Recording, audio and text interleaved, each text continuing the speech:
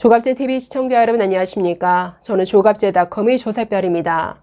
지금 시각은 2022년 8월 16일 밤 10시를 가리키고 있습니다. 한동훈 법무부 장관이 기회가 있을 때마다 여러 차례 강조한 얘기가 있습니다. 바로 마약 범죄 그리고 조폭 범죄의 심각성에 대해서 여러 차례 경고를 했었는데요. 우리나라가 더 이상 마약 청정국이 아니다. 그리고 현재 청소년을 상대로 한 마약 유통, 마약 범죄가 심각하다라는 점을 아주 강조해 왔습니다. 이뿐 아니라 조폭 범죄도 늘어나고 있다. 조폭들에 의한 마약 유통, 조폭에 의한 보이스피싱 범죄, 또 깡패들이 기업인 행세를 하면서 벌이는 사기, 탈세, 이런 여러 가지 범죄들이 최근 몇 년간 급격히 증가하고 있다는 점을 여러 차례 경고해 왔습니다. 그리고 이 모든 것이 검찰의 직접 수사 범위가 축소되면서 생긴 결과라는 것이죠. 그래서 한동훈 장관은 한 나라의 치안이 무너지는 것은 금방이다 라고 하면서 아주 우려를 표해 왔습니다. 과거 정부에서는 이런 마약 그리고 조폭 범죄에 대해서는 아주 지나치다 싶을 정도로 아주 강력하게 선제적 대응을 해왔기 때문에 오늘날 우리나라 이 대한민국의 어떤 K치안은 정말 전 세계가 부러워할 정도죠.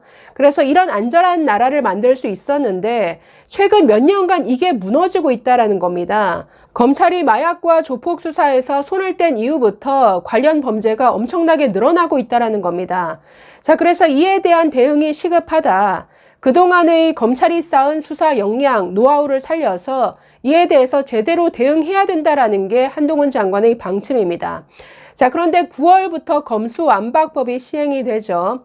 이렇게 되면 검찰이 수사할 수 있는 범위가 부패와 경제범죄 이 두 가지로 줄어드는데 그래서 이에 대한 대응으로 지난 11일 한동훈 장관은 시행령 개정안을 발표한 바 있습니다. 이 개정안에 따르면 지금 부패와 경제범죄가 있는데 이 마약 유통 그리고 조폭 범죄를 경제범죄에 포함을 시켰습니다. 당시 그 시행령 개정안 발표 때 발표 자료인데 잠깐 보시면 경제범죄에 지금 마약 그리고 조폭 범죄가 포함되어 있다는 것을 확인할 수 있으시죠. 그래서 이런 식으로 한동훈 장관은 제대로 대응하겠다라고 발표한 바 있습니다. 이에 발맞춰서 오늘 검찰이 마약 그리고 조폭 범죄와의 전면전을 선포했습니다. 오늘 16일 대검찰청은 마약 조직범죄 엄정 대응안을 발표했습니다. 그 내용을 좀 살펴보겠습니다. 먼저 마약 범죄에 대해서는 이렇게 밝혔습니다. 마약 범죄가 전 계층과 연령으로 확산되어서 마약 청정국 지위를 상실했다. 검찰은 축적된 수사 역량을 강화, 결집해서 잃어버린 마약 청정국 지위를 되찾겠다라고 밝혔습니다.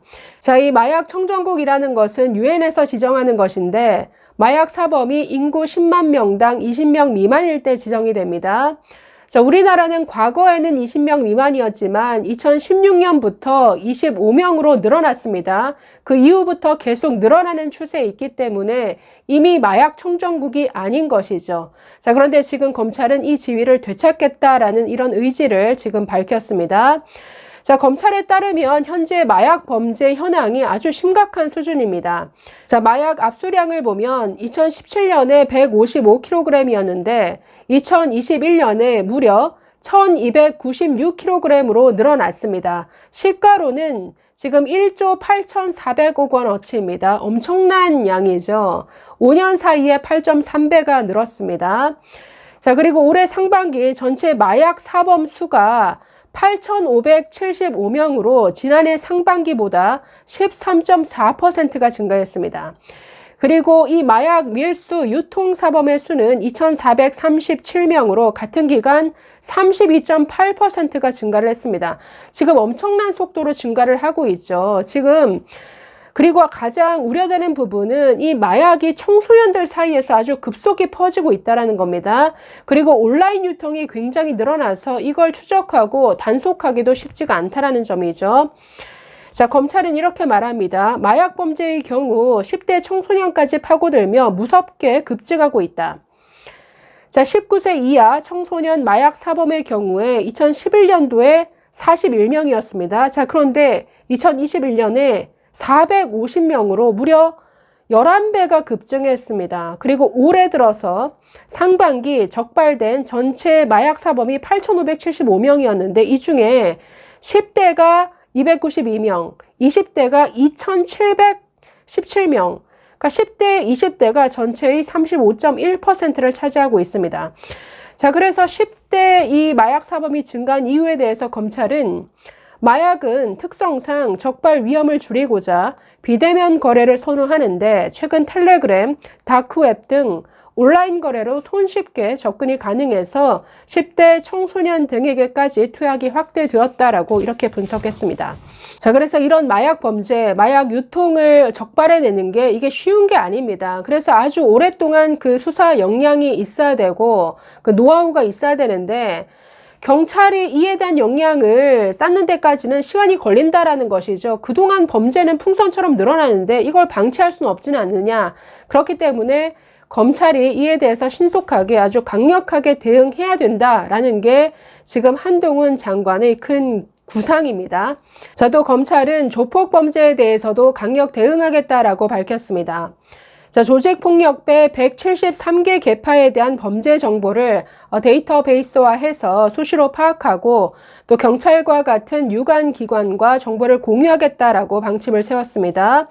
또 조직폭력배의 집단폭력 사건, 또 범죄단체가 배후에 있는 대규모 보이스피싱 사건, 또 불법 도박 사이트 운영과 관련해서는 전담 검사를 두고 각종 영장, 송치 사건을 전속 처리하기로 했다라고 이렇게 밝혔습니다.